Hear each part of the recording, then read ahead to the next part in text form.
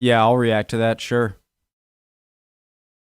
Hey guys, I wanted to learn about Napoleon III, and I was certain, I was certain that I would have seen the biographics video on him, but there wasn't a like on it, and I double-checked my channel just to make sure, and no, I haven't seen it, so let's go. My name's Connor. If you're new, guys, original link to the video top of the description for biographics. Napoleon III, the Forgotten Bonaparte.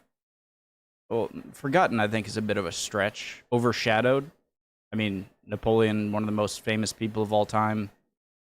So, yeah, yeah, let's go, guys. Let's learn. What comes to mind when you hear the words Napoleon Bonaparte, Emperor of France? We're guessing it's a certain petit corporal in a bicorn hat rearing up majestically on a horse as he conquers half of Europe. But what if we told you there was another Emperor Napoleon Bonaparte, a Bonaparte who not only managed to rule France for longer than his famous predecessor, but basically created modern Paris? Well, today you're going to meet that man, Louis Napoleon Bonaparte, aka Napoleon III. He was the actual nephew of Napoleon. Was he a nephew from one of his... Napoleon had brothers and sisters, right? So, I believe. So, was he a nephew from one of his brothers, and so he has the name Bonaparte, or one of his sisters, and then just took on the last name Bonaparte for obvious reasons, just for fame and recognition? As a child, he was forced to watch the French Empire collapse and see his family driven into hiding. As an adult, he single-handedly returned the empire from ruin and then ruled it for 22 years. He's the man who created modern Paris, the politician who made France great again, and the general who led his nation into a ruinous war. Napoleon III, he was certainly all of these things and many more. And in the video today, the story of history's forgotten Bonaparte. A ruinous war in more ways than one, I'd say, because not only immediately, ruinous, obviously, if you lose a big war like that, Franco-Prussian War, but it also led to the solidification of Germany as a state like we know today, and eventually, obviously, leading to World War I and World War II. So, yeah, big repercussions for history.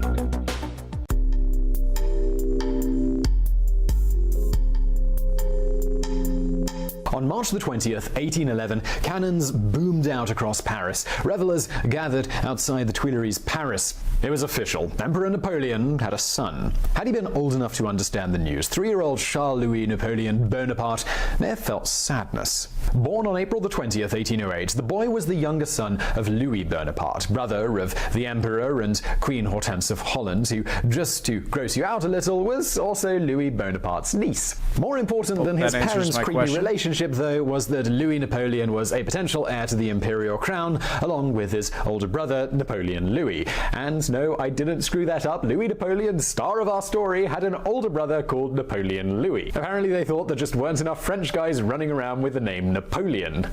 It's pretty good. Or maybe we should just say that he had been an heir. Prior to that March day in 1811, Emperor Napoleon, he had no legitimate son to inherit the crown. Now, though, he no longer had any need for his nephews. This was tragic, not just from the perspective of Louis Napoleon not being emperor, but also because producing new Bonapartes was the only reason his parents were married. Louis and Hortense, they totally hated one another. By 1810, they couldn't even live in the same country. Hortense had taken the boys to Paris, while Louis remained in Holland. Not that young Louis Napoleon saw much of his famous uncle in the French capital. No longer a likely heir, he spent the early 1810s simply hanging around, waiting for his newborn cousin to supplant him as the future emperor. And for that to happen, he did not have to wait very long. In 1812, Emperor Napoleon made the really stupid mistake of invading Russia. Barely 18 months later, the French Empire, it was in ruins, and Paris was under Allied occupation. Realizing that the jig was up and desperate to save his dynasty, Napoleon abdicated and made his 3-year-old son Emperor Napoleon II on April the 4th,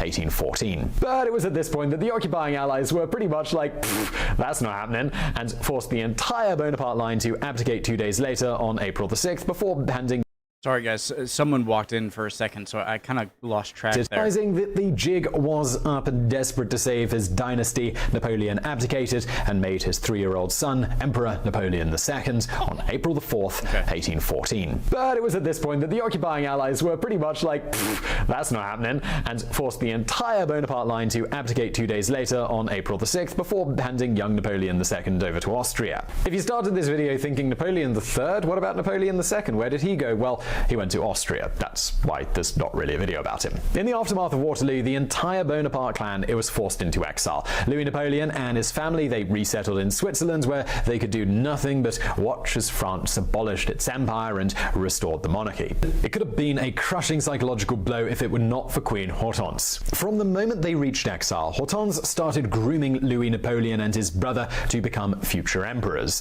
Now, this was an absurd thing to do, but it would also turn out to totally be the right move. On May the 5th, 1821, Napoleon Bonaparte died in exile on St. Helena. Back in Europe, the news made all the great powers suddenly super nervous about young Napoleon II. So worried were they about this child prisoner taking his father's mantle that they completely overlooked Louis Napoleon. No one noticed as he and his brother moved to Italy's Papal States in 1826. No one noticed as they joined Carbonari Lodge and started training in revolutionary warfare.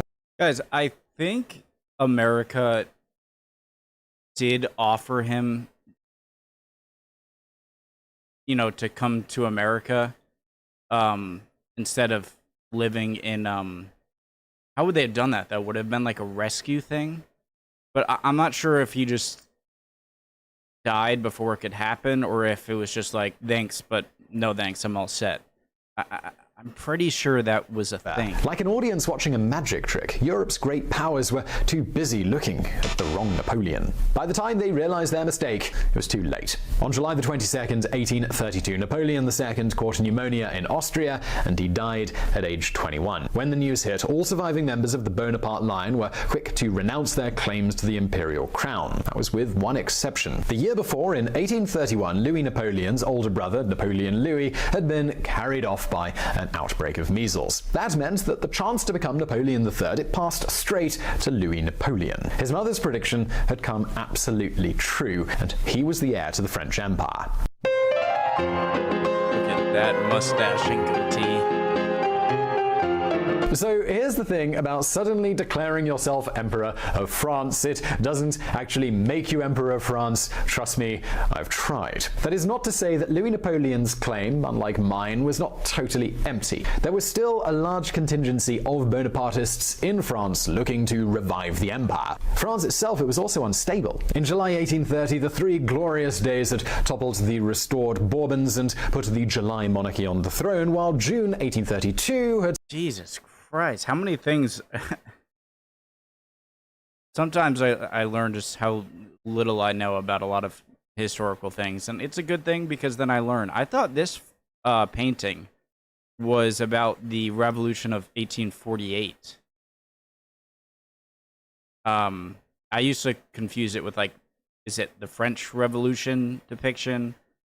So this was actually an 1830 event. Restored Bourbons and put the July monarchy on the throne, while June 1832 had seen another attempted revolution against the July monarchy, this time involving a lot more show tunes. It wasn't hard to imagine, therefore, some charismatic leader with the Bonaparte name rallying the people of France to his side and overthrowing the government. Sadly, though, Louis Napoleon was not that man. You see, Napoleon III, he was a weird-looking guy. A member of his entourage once described him as a small man with a long, fat face, broad, drooping shoulders, a fat torso, and very short legs. He walked slowly with his feet pointing out and his body tilted to the left side. Jeez. He was also puffed up, he was pompous, he was prone to prancing around in military regalia. Although he was said to be charming in private, Europe at large regarded Louis Napoleon as something of a clown. And the thing is here, he kind of was a clown. I heard there's some pretty comical instances of him, like,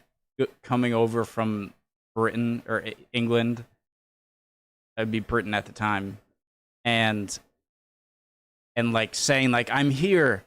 I'm in France now. I need the throne. And instead of, like, locking him up or something, they were just like, no, stop it. And then just, like, sent him back. Take the Strasbourg coup as an example. On October 3rd, 1836, Louis Napoleon tried to seize control of France by walking into a military garrison in Strasbourg and rallying the men to his cause. Instead, the garrison commander had all of the mutineers arrested and Louis Napoleon was deported to America. Not that the exile... What is wrong with me? How... Jesus Christ. Lasted very long, though. In August of 1837, Queen Hortense fell seriously ill. Louis Napoleon caught the first boat back to Europe to be at her side when she passed away on October the 5th. Rather than return to America in the wake of his mother's death, Louis Napoleon instead went to London. It was while in the British capital that he cooked up boneheaded coup attempt numero 2. By 1840, the July monarchy was unpopular. Looking to prop up his support, King Louis Philippe arranged to have Napoleon Bonaparte's remains reinterred in Paris's Les Invalides.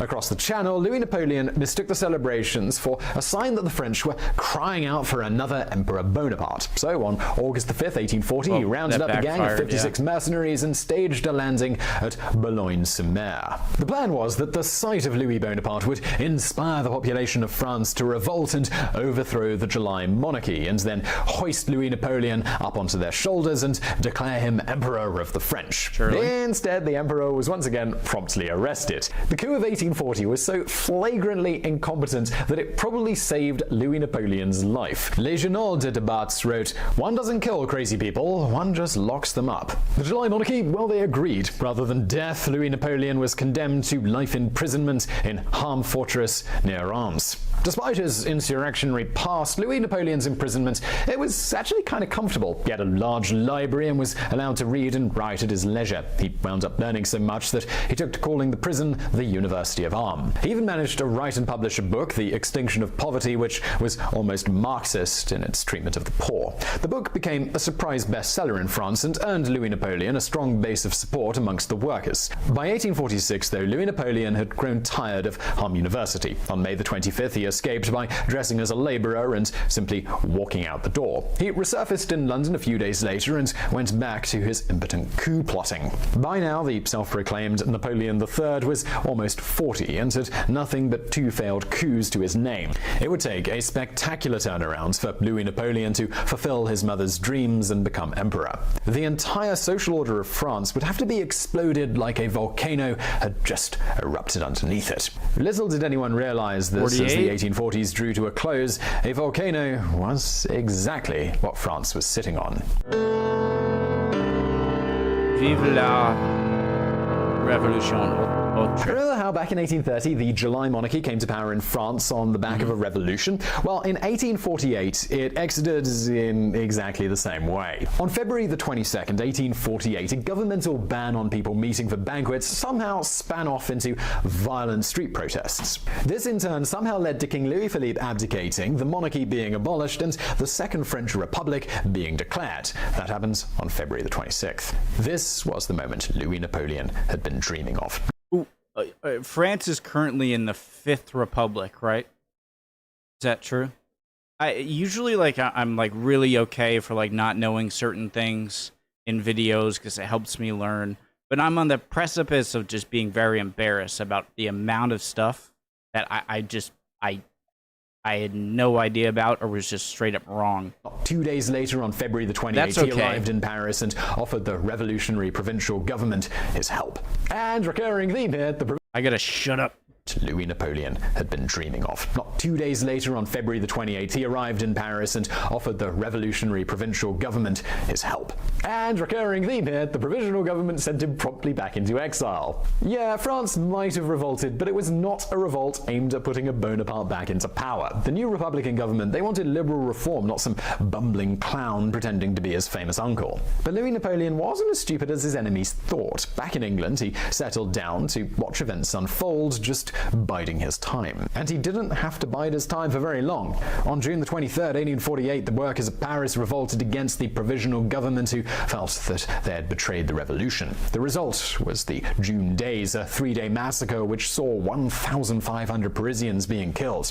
When it was over, the Second Republic, it still stood, but those connected to it were now even less popular than the July monarchy had been. Now all of this, it put Louis Napoleon in an excellent position. On September the 17th to the 18th, 1848, France held elections for the Constituent Assembly. Louis Napoleon got on the ticket and won 5 departments. And with that, the Assembly was forced to lift his exile. Now legally back in France, Louis Napoleon began campaigning energetically for the upcoming presidential elections. He ran as an outsider populist, promising extinction of pauperism to the poor, military discipline to the Bonapartists, and a president untainted by the June days to everyone else. The results on December 10, 1848 were a landslide. Louis Napoleon robbed home with 74% of the vote. The elites, they were left gasping in his dust. This clown was now president? Still, his opponents comforted themselves with the knowledge that the new constitution only allowed presidents one 4-year term. By 1842, President Louis Napoleon, he'd be gone. I mean, after all, it's not like he had a habit of launching coups or anything like that, right? Louis Napoleon's motivations, though, they revealed themselves slowly. The self-styled Prince President at first worked with the National Assembly, supporting populist moves like sending the military to Rome to protect the Pope from revolutionaries. In fact, things went so slowly that nobody even seemed to notice the way that Louis Napoleon was stuffing all the key posts in governments and the army with loyalists, kinda just like someone plotting a coup might do. In 1851, Louis Napoleon finally came into the open with his ambitions. He asked the National Assembly to amend the Constitution to let him run again. They said no, so the Prince President, well, he got rid of them. December 2nd is a special day for Bonapartists. It's the day that Napoleon was coronated in 1804. It's also the day that he defeated the Third Coalition at the Battle of Austerlitz. In 1851, it also became the day that Louis Napoleon finally did a coup right. Overnight, 30,000 army loyalists occupied 3rd time's the charm? 4th time? Paris. People awaited a coup right. Overnight, 30,000 army loyalists occupied Paris. People awoke to posters announcing the National Assembly had been dissolved. Although some die-hard Republicans manned the barricades, it simply wasn't enough. On December 4th, 1851, Paris fell. President Bonaparte announced the effective dissolution of the Second Republic, then held a referendum just to check that this was cool with everyone. And it totally was. He won with an enormous margin. 10 months later, in November of 1852, he held another referendum on restoring the French Empire and giving himself near unlimited power, and yes, he won that too. On December 2nd, 1852, he held another referendum on restoring the French Empire and giving himself near unlimited power, and yes, he won that too. On December 2nd, 1852, the first anniversary of his coup, Louis... It's so interesting, the contrast of, like, Napoleon rising up the ranks, having... was it Toulouse? Just rising up the ranks from a lower-ranked person in the military, and then with his personality and charisma and charm and military genius, having brilliant victories and then going higher and higher, and eventually being crowned emperor, whereas Napoleon III kind of seems like a lot of his craziness works, and using the Napoleon name eventually just like got in, and now, all right, I'm emperor. You know, it's much less dramatic and a bit more silly, the word?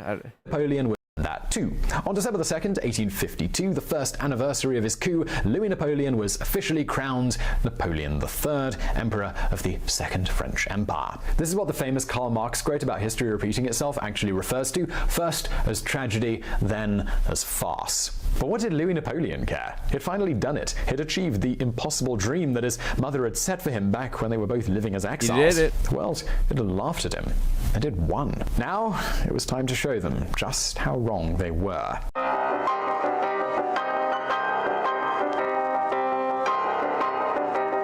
What does a guy who's been lusting for power for basically his entire life do when he finally gets it?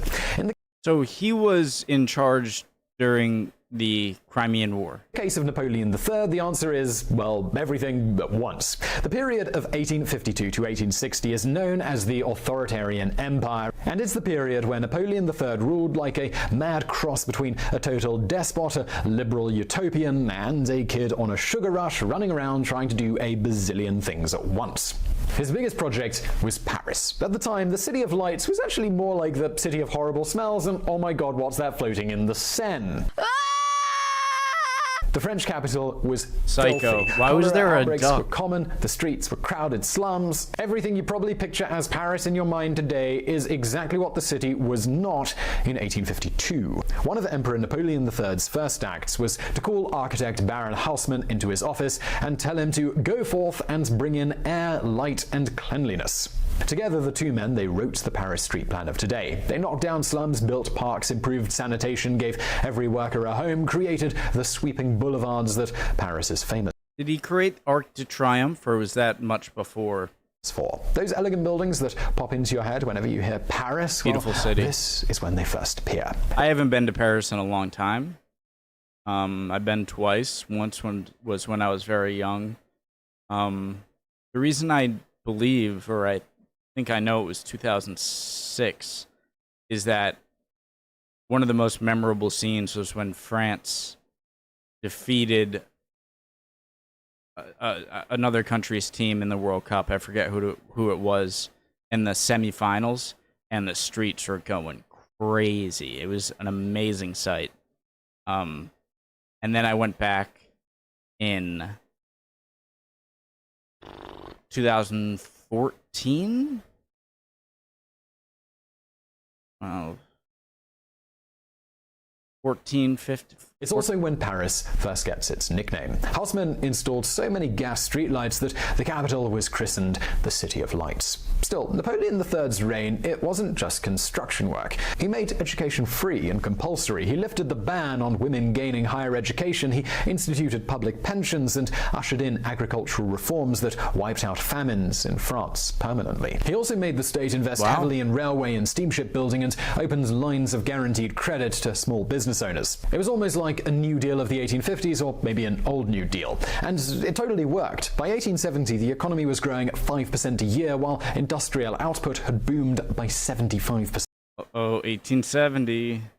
In short, the clown turned out to industrial output had boomed by 75%. In short, the clown turned out to not really be a clown at all. Napoleon III even managed to grab France some choice colonies like New Caledonia, acquired in 1853, Vietnam, 1858, and Cambodia, 1863.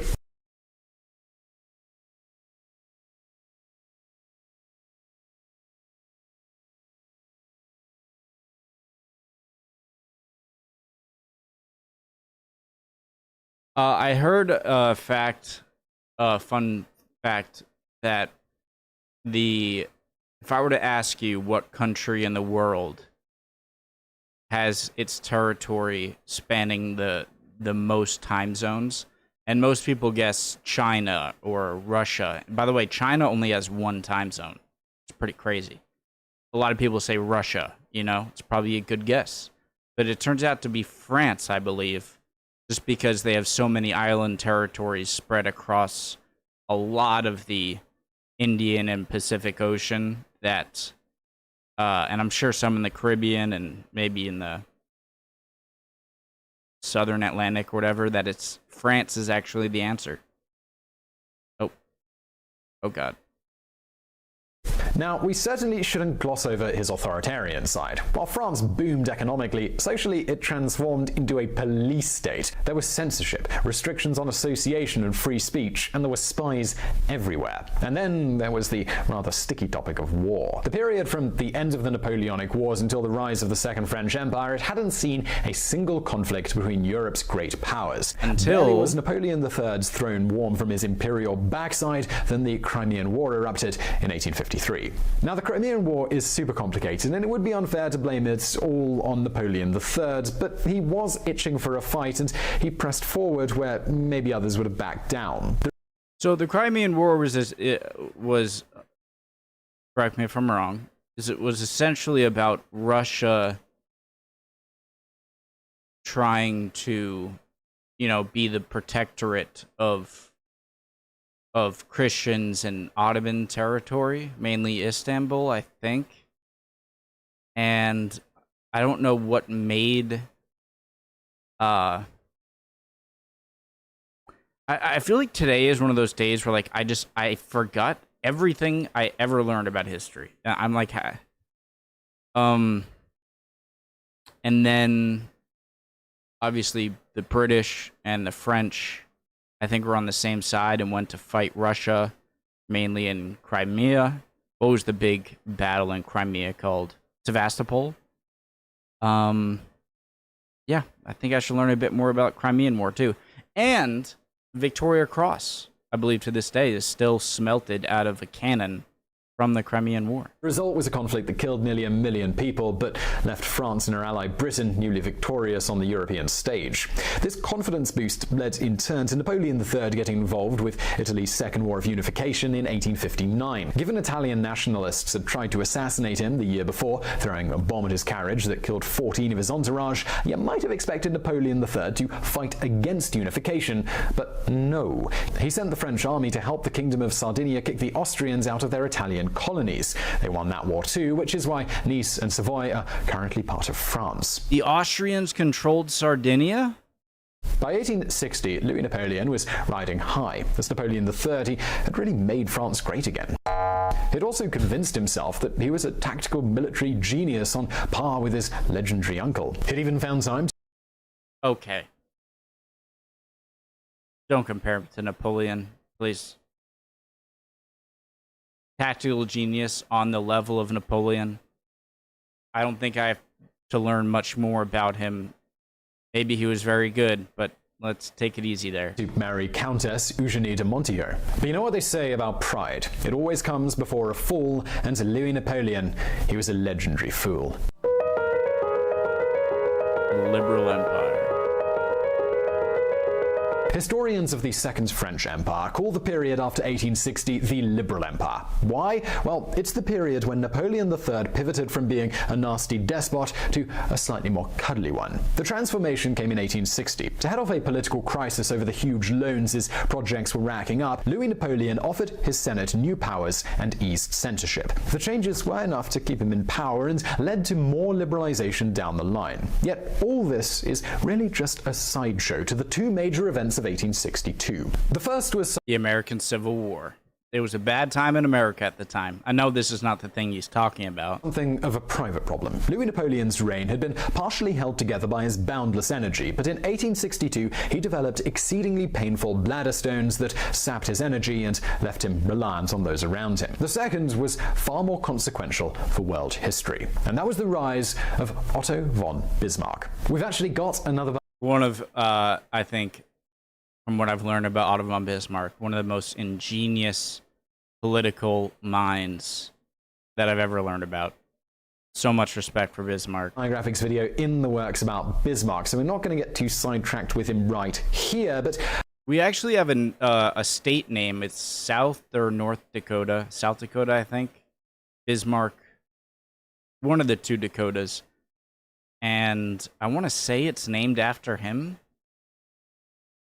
Jeez, I sound very uneducated in this video, as if this is my first time ever learning about history. Give me a break, though. All right, it's a little early. No, it's not. It's 5 p.m. All right, I have no excuse. Just let me give you a verse about Bismarck, so we're not going to get too sidetracked with him right here, but just let me give you a very quick overview. Bismarck was the minister-president of Prussia, a Germanic country roughly analogous to modern Eastern Germany and northern Poland, with its capital in Berlin. Bismarck was a firm believer in both the strategic use of warfare and the unification of all the many German statelets into a single Germany. He was also a political genius who didn't take fools lightly, which was a big problem for Louis Napoleon. Not that tiny Prussia appeared much of a threat to France in 1862. When Bismarck went to war against the Danes in 1864, Napoleon III barely even noticed. In October of 1865, Louis Napoleon even promised the Iron Chancellor that France wouldn't intervene if Prussia went to war with Austria. Less than a year later, the 7 Weeks' War ended with Vienna beaten. Louis Napoleon actually mediated the peace talks, which oversaw the creation of a sort of half-unified Germany. It's crazy how Germany, with Bismarck, like invited Austria to go to war, and I think it was Schleswig-Holstein, Denmark area, southern Denmark, and then like very shortly after, it's like, okay, now I declare war on you, Vienna. And I mean, Austria and Vienna were the Prussia and Austria were like the two vying for the title and control and being seen as the ruler of the German peoples. And very shortly after, it was undoubtedly going to be Prussia. Northern German Confederation.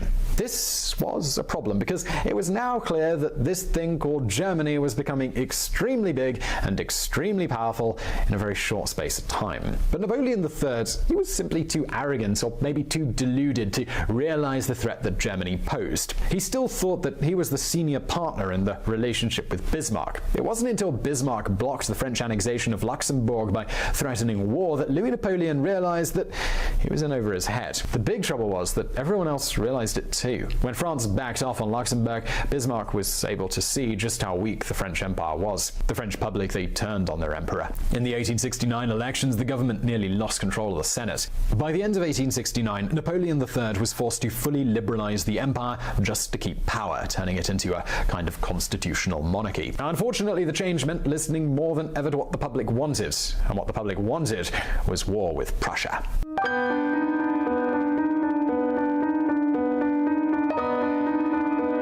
Even by the standards of the 19th century, the causes of the Franco-Prussian War are ridiculous beyond belief. In Spain, Queen Isabella abdicated the throne and a Prussian prince offered to take her place. France said no and sent their ambassador to tell the Prussian king to back off. The ambassador met the king on a walk, shouted at him for a minute, and then stormed off. And with that begins the Franco-Prussian War. Oh no, there was some cool manipulation by Bismarck or the Prussian higher-ups to alter some of the things sent to French diplomats to make it seem more aggressive, right? To start the war, I think. Alright, so it was slightly more complicated than that in reality. The real trigger was the Ems dispatch, which contained an account of the meeting between the king and the ambassador that was perfectly calibrated to make both sides think that they'd been grievously insulted. It was edited by Bismarck, who by now had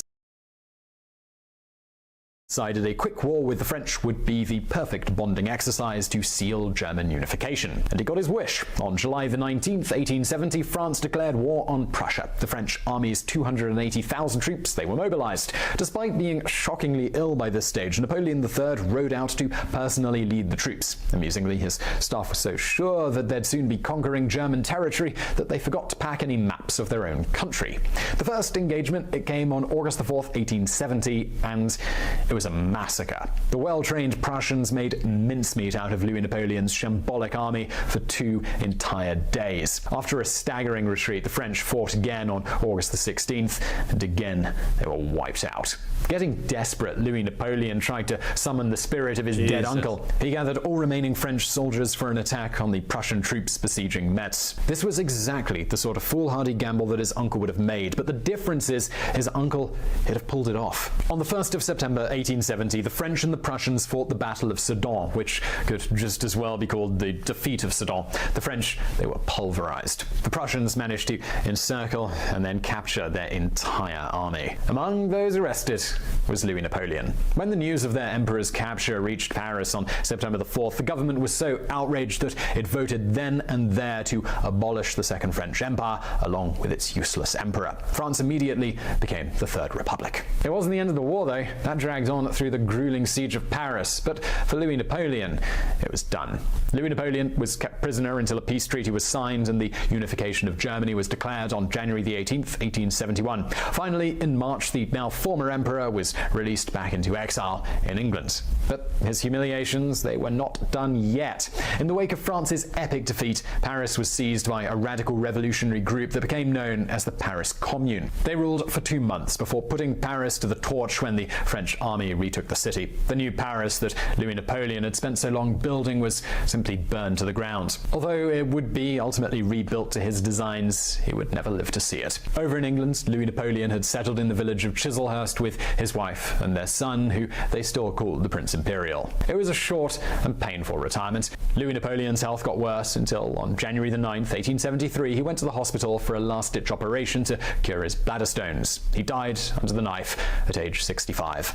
All of those times he'd listened to his mother as a young exile and dreamed of being emperor, he could have never imagined that it would end like this. In 1879, Louis Napoleon's heir, the Prince Imperial, also died, extinguishing their family's line. 2 years later, his wife Eugenie had both of them reburied in Farnborough, a pleasantly boring town some 30 miles from London. Although the tomb that holds Napoleon III remains a tourist attraction, it's hardly les Invalides. So what, in the end, did Louis Napoleon accomplish? Well, he ruled France for longer than his uncle did, and he undoubtedly oversaw an industrial boom that modernized the French economy. He founded colonies like New Caledonia that are still departments of France today, and he promoted workers' and women's rights at a time when it was deeply unfashionable. On the other hand, he took France from a peaceful state back to one of dangerous warfare and paid a catastrophically high price. The peace settlements after the Franco-Prussian War crippled France all the way into World War I. But perhaps the biggest thing that the other Emperor Bonaparte accomplished was becoming the other Emperor Bonaparte. This was a man who, as a child, was banned from his home country, forced to live in exile, and derided as a clown. Yet through sheer dogged determination, Gotta admire the determination and will of this man, no matter whatever his other flaws are. He never gave up, and eventually he achieved becoming leader, emperor. So, he managed gotta be impressed by that. And derided as a clown. Yet through sheer dogged determination, he managed to conquer the very system that had locked him out, if only for a brief time. Was he a clown? Was he a tyrant? Was he a visionary leader let down by one disastrous lapse in judgment? Well, the jury's still out on that one. But there's one thing we cannot deny Louis Napoleon. He was, and will forever be, Napoleon III, Emperor of the French. So I really hope you found that video interesting. Hell yes, I did. One of the things I'm most grateful for in World War II, and maybe that's a stretch, most grateful. I'm grateful in World War II that Paris wasn't destroyed as much as it could have been. And I think partially that is because Adolf Hitler was like a great admirer of art and wanted to visit Paris all the time. And and I know he visited Napoleon's tomb and admired that. But I also heard that towards the end of the war, where, Normandy was, they were starting to lose and Germany still had control of Paris. I've heard, I'm not sure if it's true, that Hitler ordered his generals to destroy the city of Paris if keeping control of it was hopeless. And again, I'm very thankful if that's true that Hitler asked his generals of that the generals didn't listen. I'm not saying that France didn't see horrible destruction, but it could have been much worse, and I'm glad a lot of history is saved because that didn't happen,